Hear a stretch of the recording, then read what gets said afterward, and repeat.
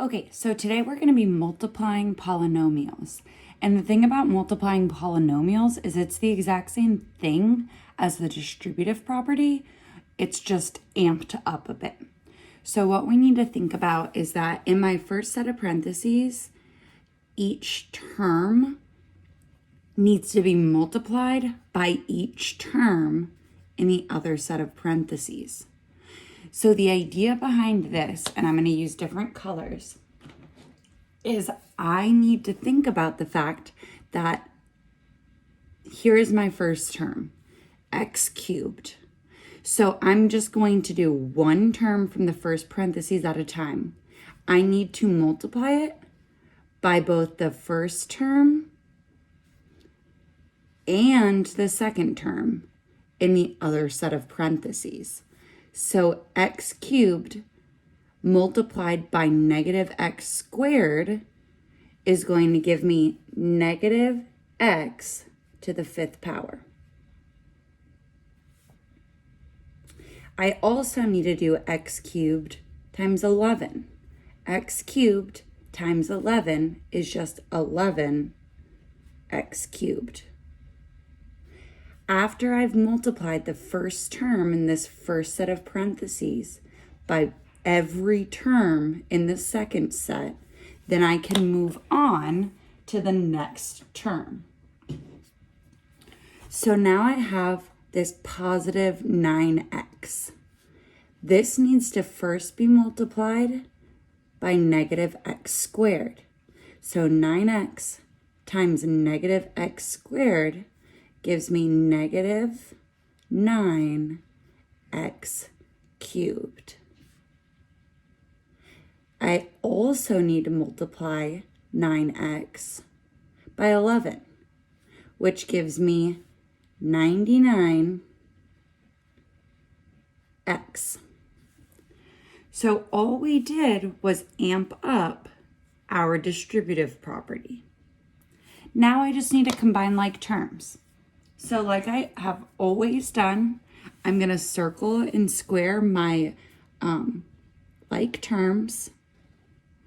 Negative x to the power of 5 is the only term with x to the power of 5, so that's just going to be its own little square.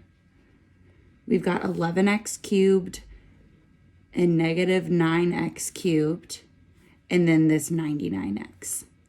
So the only like terms we have are the terms with the x cubed in them. So what I'm going to do is I'm going to write out the problem having combined like terms. And that's my answer. The answers will usually, if not always, be written in descending order. That just means that my exponents are going to go from greatest to least. Okay, so when we're just dealing with 4 terms total, it's not as tricky.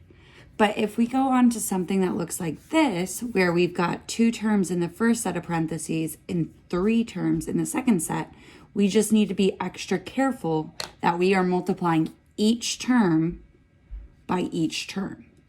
So I'm going to start off with my 3x.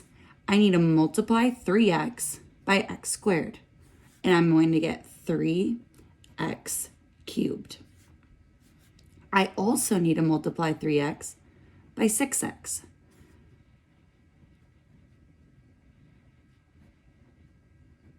And I lastly need to multiply 3x by 10. After I've multiplied everything in this second set of parentheses by my 3x, I can move on to the number 4. So 4 needs to first be multiplied by x squared. So I'm going to get 4x squared. 4 also needs to be multiplied by 6x.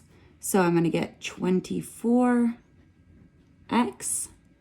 And then lastly, it needs to be multiplied by 10. So I'm just going to get 40. And just like we did before, we want to combine our like terms. So I have this 3x cubed, but I don't have any other terms with x cubed, so that's just a lonesome square. I then am going to circle my x squared terms. It's just those two. And then I'm going to underline my normal x terms, and then I'm just going to leave this 40 because I know it's by itself. So I'm going to go in descending order. So I'm going to start with my greatest exponents, and I have 3x cubed. I need to combine these two terms, and I get 22x squared. And then I'm combining these terms, and I get 54x. And then I put the constant at the very end.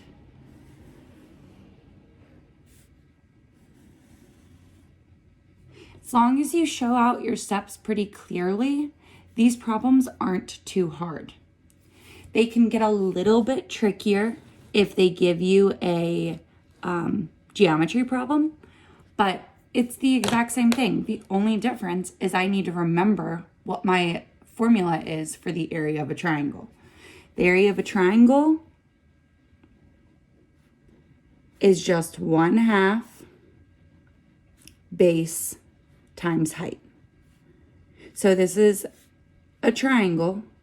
I know that my base is 2x plus 6, and my height is 4x plus 3, because this, they tell us, is a right triangle.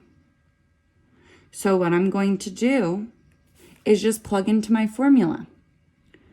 A equals 1/2 base, which is 2x plus 6, times height, which is 4x plus 3.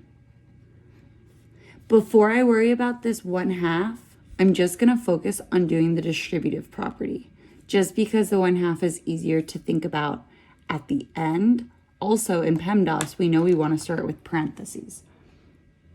So, just like we did up at the top, first term needs to be multiplied by each term in the second set of parentheses. So I get 2x times 4x, which gives me 8x squared. 2x times 3 gives me 6x. Then I can move on to my second set of parentheses, or second term in the first set of parentheses.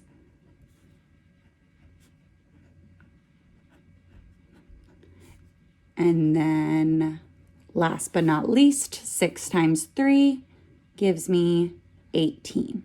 Remember that this is all still in our parentheses because we still need to multiply this by the 1/2 at the beginning. So first I want to combine my like terms. So we've got this 8x squared, we've got 6x, we've got 24x, and we have this 18. So when I'm going to write it out, I have 8x squared plus 30x plus 18. Now it's pretty easy for me to distribute this 1/2. I'm just going to do the exact distributive property we learned back in 6th grade. I'm going to do 1/2 times 8x squared, which just gives me 4x squared. I'm going to do 1/2 times 30x, which is 15x. And I'm going to do 1/2 times 18, which is just 9. So the area of our triangle is 4x squared plus 15x plus 9.